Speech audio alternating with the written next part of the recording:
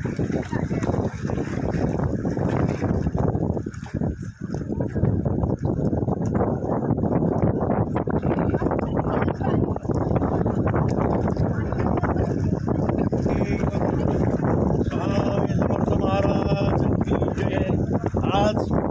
क्षेत्र गाणगापूर सिद्धभूमी या ठिकाणी नारळी पौर्णिमा अत्यंत उत्साहात भक्त साजरी करत आहेत।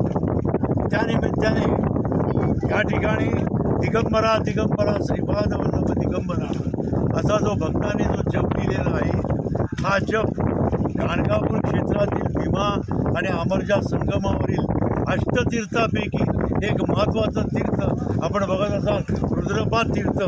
या ठिकाणी हा भक्तांचा जप दत्तगुरू महाराजांचे चरणी अर्पण करीत आहोत आणि सर्व भक्तांना आव्हान आहे की हे का करायची।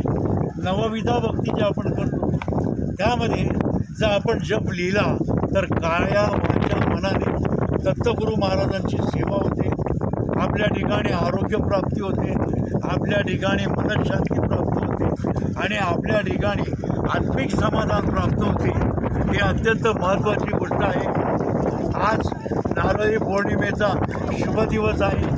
गुरुवार श्री क्षेत्र गाणगापूर येथून मी सदानंद आरकर सेवेकरी, सतीश कुलकर्णी, अक्कलकोट स्वामी दर्शन आणि संस्थापक अध्यक्ष श्री स्वामी समर्थ भवन पिठापूर या सर्वांतर्फे दिगंबरा दिगंबरा श्रीपाद वल्लभ दिगंबरा हा दत्तात्रेयांचा भक्तांनी लिहिलेला जप गाणगापूर येथील सिद्धभूमी श्री क्षेत्र गाणगापूर येथील रुद्रपाद तीर्थावर सर्व भक्तांच्या मनोकामना पूर्तीसाठी अर्पण करीत आहोत।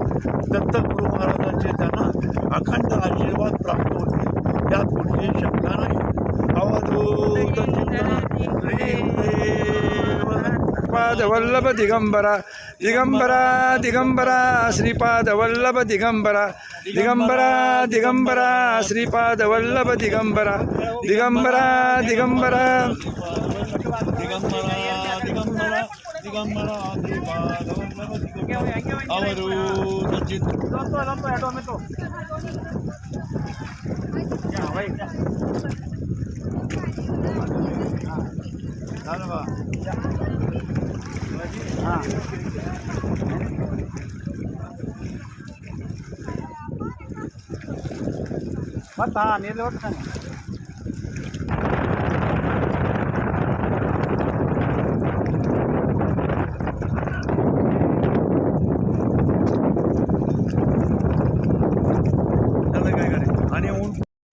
अवधूत चिंतन श्री गुरुदेव दत्त।